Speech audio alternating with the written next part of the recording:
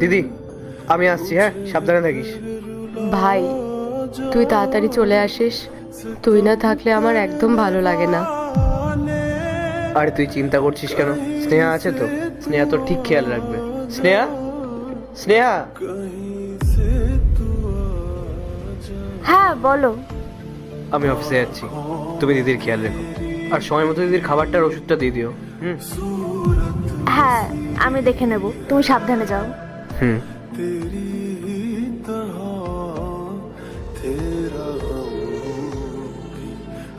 এই যে মহারানী, আর কতদিন এভাবে বসে বসে আরাম করবে? ভালোই তো নিজের ভাইয়ের অন্ন ধ্বংস করে যাচ্ছ। আচ্ছা একটা কথা বলো তো, তুমি আবার তোমার ভাইকে বলে দাওনি তো কিছু আমার ব্যাপারে? না। না বললেই ভালো। আচ্ছা তোমার কি একটু লজ্জা করে না এভাবে ফ্রিতে বসে খেতে? একেতে আমি বাড়ির সব কাজ করি, তার উপর আবার তোমার সেবা করব?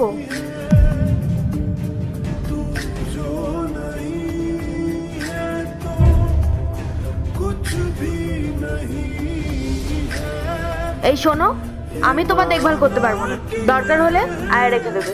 আর হ্যাঁ, সেই টাকাটা নিজের থেকে দেবে, আমার বরের থেকে না। আমি একটু সুস্থ হয়ে গেলেই এখান থেকে চলে যাব। আসলে আমার কোনো রিলেটিভ নেই তো, তাই এখানে আছি। থাক থাক, তোমাকে আর ড্রামা করতে হবে না, তুমি যেখানে যাওয়ার যেতে পারো, কিন্তু এখানে বসে তুমি আমার বরের টাকা নষ্ট করবে সেটা আমি হতে দেবো না। না জানে কোথা থেকে আমার সংসারে উড়ে এসে জুড়ে বসেছে। রাহুল আমার ভাই, বাবা মা চলে যাওয়ার পর আমি তোর দেখাশোনা করেছিলাম। তো ছোটবেলায় দেখাশোনা করেছে বলে কি এখন আমাদের ঘাড়ে চাপে বসবে? আরে প্রাইভেসি বলে তো আমাদের কিছু আছে, আমরা ওর বাড়ির থেকে দূরে থাকার জন্যই তো আলাদা এসে থাকছি। আর এখানে তুমি এসে জুটেছো, তোমার সেবা কে করবে? আমি। তোমার খাবার কে এনে দেবে? রাহুল। তোমার ওষুধ কে এনে দেবে? রাহুল। আরে তোমার চক্করে পড়ে আমাদের কোনো সেভিংস হচ্ছে না। কাল যখন আমাদের বেবি হবে, তার ফিউচারে কি হবে সেটা একবারও ভেবে দেখেছো? ইচ্ছা তো করছে তোমাকে এখনই ঘাট ধাক্কা দিয়ে বার করে দিই, কিন্তু কি করে করব? তোমার আদরের ভাই আছে না, ও আমাকে বার করে দেবে।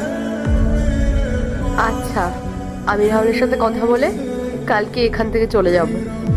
কালকে কেন? আজকেই যাও, এখনই চলে যাও। শোনো, আমার না রাহুলের ফ্যামিলির প্রতি কোনোদিনও টান ছিল, আর না তোমার প্রতি আছে। তুমি এক্ষুনি বেরিয়ে যাও।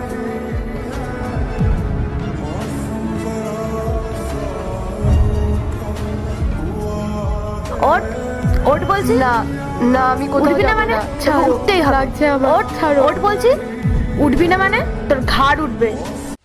পার্ট 2 দেখতে সাবস্ক্রাইব করো ভেলকু 78M।